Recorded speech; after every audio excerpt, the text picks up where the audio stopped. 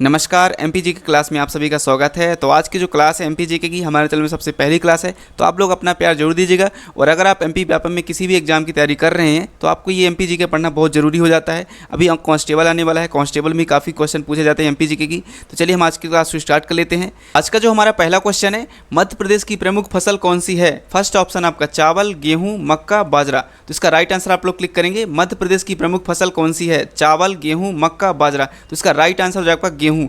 गेहूँ जो है हमारे मध्य प्रदेश की प्रमुख फसल है। और आपको बता दें कि भारत में सबसे अधिक गेहूं उत्पादन करने वाला जो राज्य है यूपी है।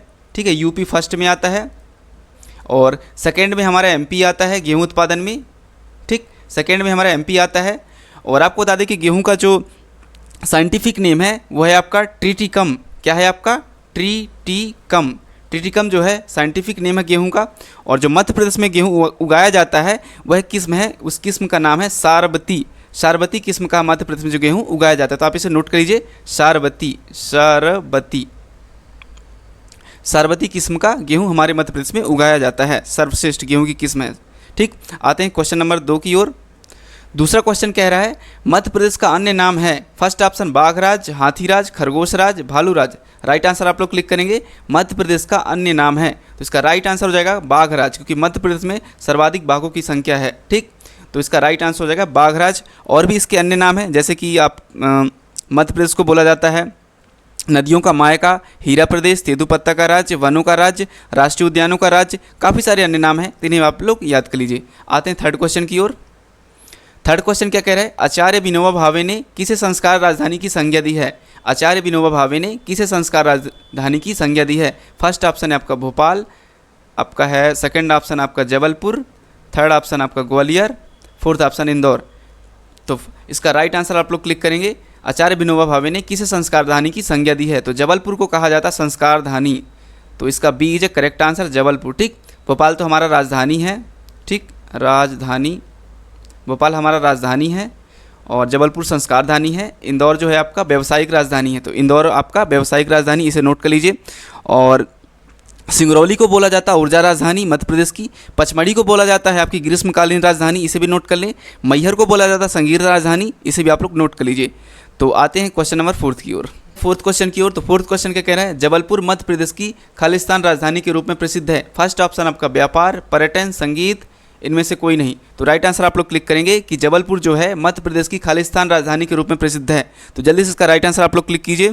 तो जैसे कि हमने पिछले क्वेश्चन में देखा कि जबलपुर जो है संस्कारधानी कहलाती है, तो इनमें से इसका राइट आंसर हो जाएगा इनमें से कोई नहीं, ना कि संगीत, पर्यटन, व्यापार, इनमें से कोई नहीं। तो राइट आंसर हो जाएगा आपका D. D is a correct answer. ठीक, आते हैं फिफ्थ क्वेश्चन की ओर। पांचवा क्वेश्चन क्या कह रहा है? मध्य प्रदेश का राजकीय वृक्ष कौन सा है? मध्य प्रदेश का राजकीय वृक्ष कौन सा है? अशोक, आम, पीपल, बरगद। राइट आंसर आप लोग क्लिक करेंगे। मध्य प्रदेश का राजकीय वृक्ष कौन सा है? तो आपको बता दें कि मध्य प्रदेश का राजकीय वृक्ष है वो है बरगद। बरगद हमारा राजकीय वृक्ष है मध्य प्रदेश का। ठीक, इसकी प्रजाति फाइकस प्रजाति है।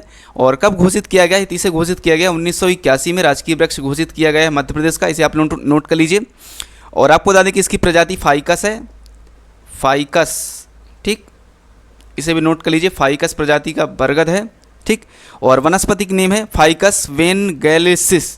ठीक है, फाइकस वेनगैलेसिस, इसे भी आप लोग नोट कर लीजिए। तो आते हैं 6 क्वेश्चन की ओर। 6 क्वेश्चन कह रहा है मध्य प्रदेश के राजकीय गान के रचनाकार कौन है? मध्य प्रदेश के राजकीय गान के रचनाकार कौन है? फर्स्ट ऑप्शन आपका बाल कवि, माखनलाल चतुर्वेदी, महेश श्रीवास्तव, दीपक तिवारी। तो राइट आंसर आप लोग क्लिक करेंगे। मध्य प्रदेश का जो राजकीय गान है इसके रचनाकार कौन है? तो जल्दी से इसका राइट आंसर आप लोग क्लिक कीजिए। तो इसका राइट आंसर हो जाएगा आपका सी, महेश श्रीवास्तव। महेश श्रीवास्तव जो है मध्य प्रदेश के राजकीय गान के रचनाकार हैं। तो राइट आंसर है सी। और आपको बता दें कि 26 जुलाई 1911 को घोषित किया गया था। कब किया गया था? 26 जुलाई 1911 को घोषित किया गया था। ठीक, इसका राजकीय गान घोषित किया गया था। ठीक, और इसके गायक जो हैं शान हैं। गायक कौन है? गायक शान है, गायक इसके शान है। और संगीतकार इसके आदेश श्रीवास्तव हैं। ठीक, आते हैं 7 क्वेश्चन की ओर। 7वां क्वेश्चन क्या कह रहा है? स्वतंत्रता के पश्चात मध्य प्रदेश को कितनी श्रेणियों में बांटा गया था? First option 3, 4, 5, 6। जल्दी से इसका राइट आंसर आप लोग क्लिक करेंगे कि मध्य प्रदेश को स्वतंत्रता के पश्चात कितने भागों में बांटा गया था? तो इसका राइट आंसर हो आपका 3 भागों में बांटा गया था। पार्टे, आपका part A, part B, part C, 3 भागों में इसे बांटा गया था। और आपको बता दें कि भोपाल राज्य जो है पार्ट सी के अंतर्गत आता था। सी के अंतर्गत का कौन आता था? भोपाल। भोपाल एक अलग स्टेट होता था, ठीक। तो भोपाल जो है सी, पार्ट सी के अंतर्गत आता था। आते हैं 8 क्वेश्चन की ओर। 8वां क्वेश्चन क्या कह रहा है? मध्य प्रदेश गठन के पहले पार्ट ए की राजधानी क्या थी? मध्य प्रदेश गठन के पहले पार्ट ए की जो राजधानी है क्या थी? फर्स्ट ऑप्शन है आपका इंदौर, जबलपुर, नागपुर, ग्वालियर। इसका राइट आंसर आप लोग क्लिक कीजिए। मध्य प्रदेश गठन के पहले पार्ट ए की राजधानी क्या थी? यानी कि 1956 के पहले की बात पूछ रहा है, ठीक है। 1956 में हमारा मध्य प्रदेश का गठन हुआ है, तो 1956 के पहले पार्ट ए की राजधानी क्या थी? इसका राइट आंसर होगा नागपुर। नागपुर जो है पार्ट ए की राजधानी हुआ करती थी, ठीक। 9वां क्वेश्चन क्या कह रहा है? अजयगढ़ ओरछा रियासत किस भाग में शामिल थी? फर्स्ट ऑप्शन आपका part A, part B, part C, part D. इसका राइट आंसर आप लोग क्लिक करेंगे। अजयगढ़ ओरछा रियासत किस भाग में शामिल थी? तो इसका राइट आंसर हो जाएगा आपका पार्ट सी। आपका राइट आंसर हो जाएगा आपका पार्ट सी। पार्ट सी में जो है ओरछा और आपका अजयगढ़ रियासत जो है शामिल थी। और यहाँ पे आपको बता दें इसका अन्य नाम था विंध्य प्रदेश। इस रियासत का अन्य नाम था विंध्य प्रदेश और इसकी राजधानी हुआ करती थी रीवा। राजधानी रीवा हुआ करती थी, ठीक। और यहाँ पे आपको बता दें इसके कुल रियासत जो है 38 रियासत थी, टोटल 38 रियासत हुआ करती थी, ठीक, पार्ट सी में। अब आते हैं 10 क्वेश्चन की ओर। तो 10वां क्वेश्चन कह रहा है भोपाल स्टेट के प्रथम मुख्यमंत्री कौन थे? यहाँ पे देखिए आप लोग गलती करेंगे, तो राइट आंसर आप लोग क्लिक करेंगे कि भोपाल स्टेट के प्रथम मुख्यमंत्री कौन थे। फर्स्ट ऑप्शन आपका डॉक्टर शंकर दयाल शर्मा, पंडित रविशंकर शुक्ल, पटनाबी सीतारमैया, मोहम्मद हमीदुल्ला। तो इसका राइट आंसर पर क्लिक करेंगे। भोपाल स्टेट के प्रथम मुख्यमंत्री कौन थे? कुछ लोग सोच रहे होंगे पंडित रविशंकर शुक्ल। तो आपको बता दें कि जब पहले आपका मध्य प्रदेश का गठन नहीं हुआ था, 1956 के पहले की बात कर रहा है, जब भोपाल स्टेट बनाया गया था तब के मुख्यमंत्री पूछ रहा है, ठीक है। तो इसका राइट आंसर होगा आपका ए, डॉक्टर शंकर दयाल शर्मा। ये जो है मध्य प्रदेश के गठन के पहले जो है भोपाल स्टेट के मुख्यमंत्री हुए थे। तो इसका राइट आंसर आपका ए इज ए करेक्ट आंसर। और फिर 1956 के बाद के जो हमारे मुख्यमंत्री बनते हैं ये बनते हैं आपके पंडित रविशंकर शुक्ल, ठीक। तो आते हैं 11वें क्वेश्चन की ओर। और हमारा जो भोपाल है पार्ट सी के अंतर्गत आता था, ठीक। तो आते हैं 11वें क्वेश्चन की ओर। 11वां क्वेश्चन कह रहा है निवाड़ी जिले से संबंधित तथ्यों पर विचार कीजिए। देखिए निवाड़ी जिला है सबसे छोटा जिला है और अभी 2018 में बनाया गया है, इसीलिए इसका जिक्र किया गया है, ठीक। तो निवाड़ी जिले के से संबंधित हम तथ्यों पर विचार करें तो इस क्वेश्चन को हम समझते हैं। जो पहला तथ्य दिया हुआ है निवाड़ी जिले का गठन अक्टूबर 2019 में किया गया, ये तो सरासर गलत हुआ भैया। ये तो 2018 में गठन किया गया निवाड़ी जिले का, तो ये गलत हो गया। दूसरा कह रहा है निवाड़ी जिले में 3 तहसील निवाड़ी, आपका ओरछा और पृथ्वीराज शामिल हैं, तो ये राइट होगा क्योंकि निवाड़ी जिले में आपका निवाड़ी, ओरछा और पृथ्वीराज तहसील जो है शामिल हैं, ठीक। थर्ड क्या कह रहा है निवाड़ी जिले के प्रथम कलेक्टर अक्षय सिंह को बनाया गया था, तो ये भी राइट है, ठीक। तो यहाँ पे आपको बता दें कि दूसरा और तीसरा सही है, ठीक है। दूसरा और तीसरा सही है, तो यहाँ पे राइट आंसर आपका 2 और 3 यानी कि सी जो है correct answer. C is a correct answer. आते हैं 12वें क्वेश्चन की ओर। 12वां क्वेश्चन क्या कह रहा है वर्तमान मध्य प्रदेश राज्य को कितने भौतिक प्रदेशों में विभाजित किया गया है? वर्तमान मध्य प्रदेश राज्य को कितने भौतिक प्रदेशों में विभाजित किया गया है? First option 8, 7, 12, 10। इसका राइट आंसर आप लोग क्लिक करेंगे। वर्तमान मध्य प्रदेश राज्य को कितने भौतिक प्रदेशों में विभाजित किया गया है? तो इसका राइट आंसर आपका 7। सभी के नाम बता दे रहा हूँ, जल्दी से आप लोग नोट कर लीजिए। मध्य भारत का पठार, मालवा का पठार, बुंदेलखंड का पठार, रीवा पन्ना का पठार, सतपुड़ा पर्वत पठार, नर्मदा घाटी, बघेलखंड का पठार। तो 7 टोटल पठार जो हैं मध्य प्रदेश को भौतिक प्रदेशों में विभाजित किए गए हैं। तो टोटल इसका राइट आंसर आपका 7। आते हैं 13वें क्वेश्चन की ओर। 13वां क्वेश्चन क्या कह रहा है इनमें से कौन सा मध्य उच्च प्रदेश के अंतर्गत शामिल नहीं है? इनमें से कौन सा मध्य उच्च प्रदेश के अंतर्गत शामिल नहीं है? फर्स्ट ऑप्शन आपका मध्य भारत का पठार, मालवा का पठार, बुंदेलखंड का पठार, बघेलखंड का पठार, ठीक। तो इनमें से कौन सा मध्य उच्च प्रदेश के अंतर्गत शामिल नहीं है? तो इसका राइट आंसर आपका बघेलखंड का पठार। जो बघेलखंड का पठार ये पूर्वी पठार कहलाता है, ठीक। तो ये आपका मध्य उच्च प्रदेश के अंतर्गत शामिल नहीं है। ये आपका मध्य भारत का पठार शामिल है, मालवा का पठार शामिल है, बुंदेलखंड का पठार शामिल है। तो 3 ये आपके राइट हो जाएंगे। बाकी जो बघेलखंड का पठार है ये आपका मध्य उच्च प्रदेश के अंतर्गत नहीं आता है। तो D is a correct answer question के हिसाब से। आते हैं 14वें क्वेश्चन की ओर।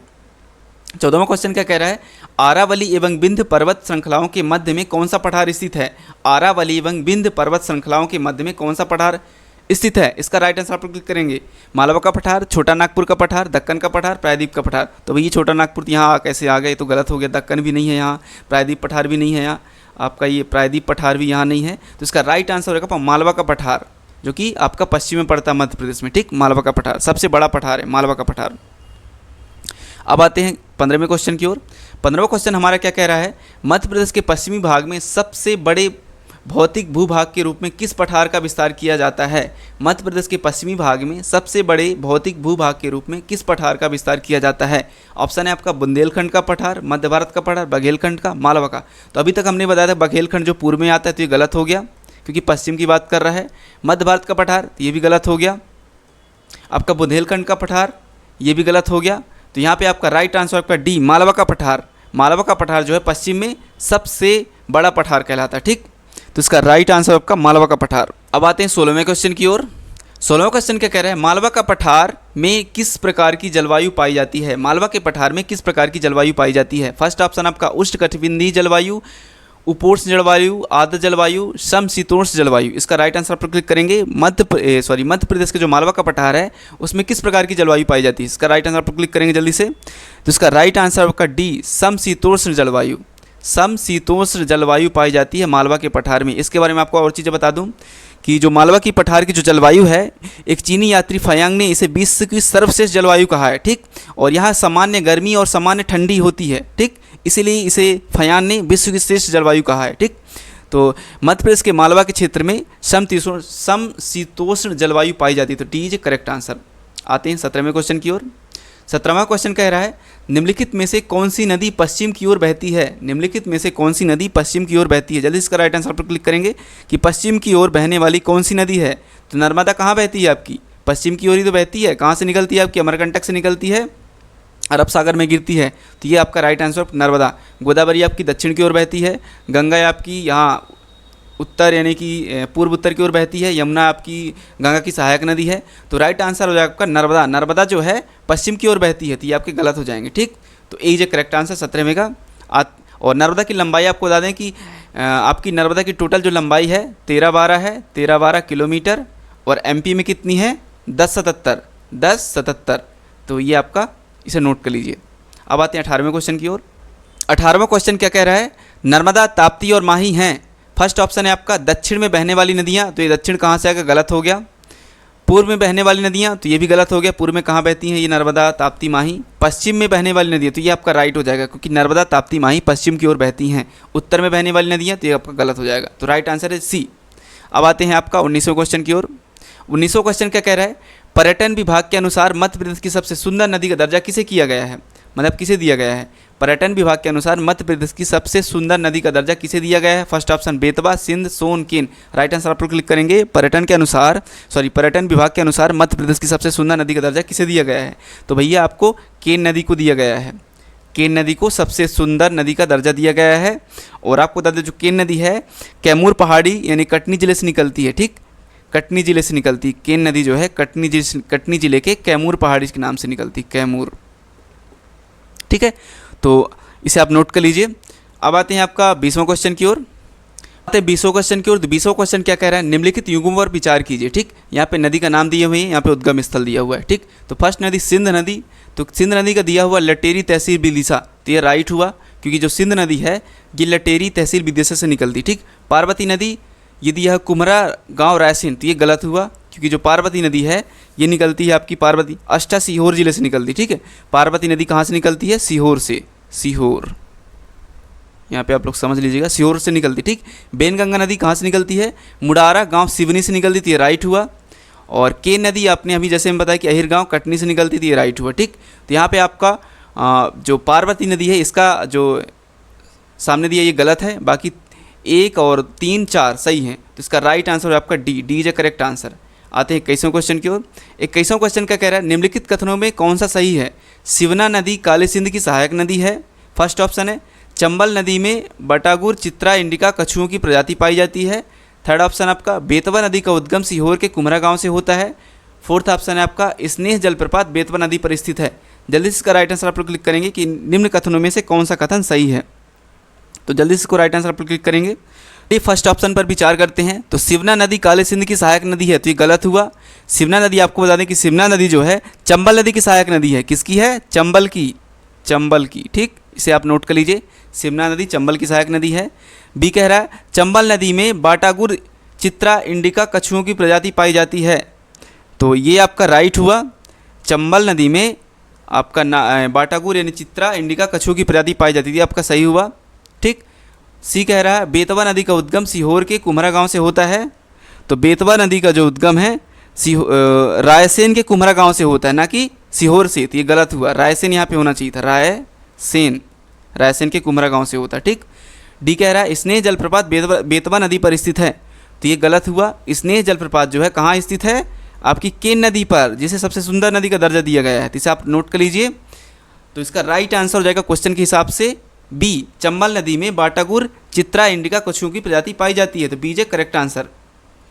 अब आते हैं हम 22वें क्वेश्चन की ओर। तो 22वां क्वेश्चन कह रहा है चुलिया जलप्रपात किस स्थान पर स्थित है? First option Mandsaur, Bhainsrorgarh, Ujjain, Indore. इसका राइट आंसर पर क्लिक करेंगे। चुलिया जलप्रपात किस स्थान पर स्थित है? तो आपको बता दें कि चुलिया जो जलप्रपात है ये आपका राजस्थान के भैंसरोगढ़ में चंबल नदी पर स्थित है। तो इसका राइट आंसर आपका बी, भैंसरोगढ़ में स्थित है। ठीक है, चुलिया जलप्रपात और चंबल नदी पे। ठीक, यहाँ पे आप लोग लिख लीजिए चंबल नदी पर स्थित है। ठीक। तो अब आते हैं आपका, और आपको बता दें कि यह राजस्थान का सबसे ऊंचा जलप्रपात है। राजस्थान का सबसे ऊंचा, ठीक है, राजस्थान का सबसे ऊंचा जलप्रपात है। ठीक, चुलिया जलप्रपात। तो आते हैं 23वें क्वेश्चन की ओर। 23वां क्वेश्चन कह रहा है चुलिया जलप्रपात किस नदी पर स्थित है? तो अभी हमने देखा चुलिया जलप्रपात चंबल नदी पर स्थित है। तो बी इज करेक्ट आंसर। आते हैं 24वें क्वेश्चन की ओर। 24वां क्वेश्चन कह रहा है भारत का नियाग्रा किस जलप्रपात को कहा जाता है? भारत का नियाग्रा किस जलप्रपात को कहा जाता है? इसका राइट आंसर पर क्लिक करेंगे। धुआंधार जलप्रपात, चचाई जलप्रपात, कपिलधारा जलप्रपात, चित्रकूट जलप्रपात। इसका राइट आंसर पर क्लिक करेंगे कि भारत का नियाग्रा किस जलप्रपात को कहा जाता है। तो आपको बता दें कि इसका राइट आंसर आपका चित्रकूट जलप्रपात, भारत का नियाग्रा जो है चित्रकूट जलप्रपात को कहा जाता है। तो D is a correct answer. और यहाँ पर नोट कर लीजिए इसकी जो ऊंचाई है 29 मीटर है। ठीक, 29 मीटर इसकी ऊंचाई है चित्रकूट जलप्रपात की। ठीक है, और आप यहाँ पे नोट कर लीजिए छत्तीसगढ़ से बक्सर जिले में इंद्रावती नदी पर स्थित है। ठीक है, छत्तीसगढ़ राज्य की जो बक्सर जिले की इंद्रावती नदी है इस नदी पर स्थित है चित्रकूट जलप्रपात। तो आते हैं 25वें क्वेश्चन की ओर। 25वां क्वेश्चन क्या कह रहा है चित्रकूट जलप्रपात खालिस्तान नदी पर स्थित है। इसे हमने देखा था अभी कि चित्रकूट जलप्रपात जो है इंद्रावती नदी पर स्थित है। ठीक, इंद्रावती नदी पर स्थित है। तो D is a correct answer आपका। आज की क्लास को यहीं पे अब खत्म करते हैं। 25 क्वेश्चन मैंने करवाए। अब 25 क्वेश्चन पार्ट 2 की क्लास में आपको देखने को मिलेंगे। तो आप लोग चैनल से कहीं जाइए मत, और चैनल को सब्सक्राइब कीजिए, वीडियो को लाइक कीजिए, ताकि ऐसी ही वीडियो आपको सबसे पहले मिलते रहें। मिलते हैं अगली क्लास में, तब तक के लिए नमस्कार।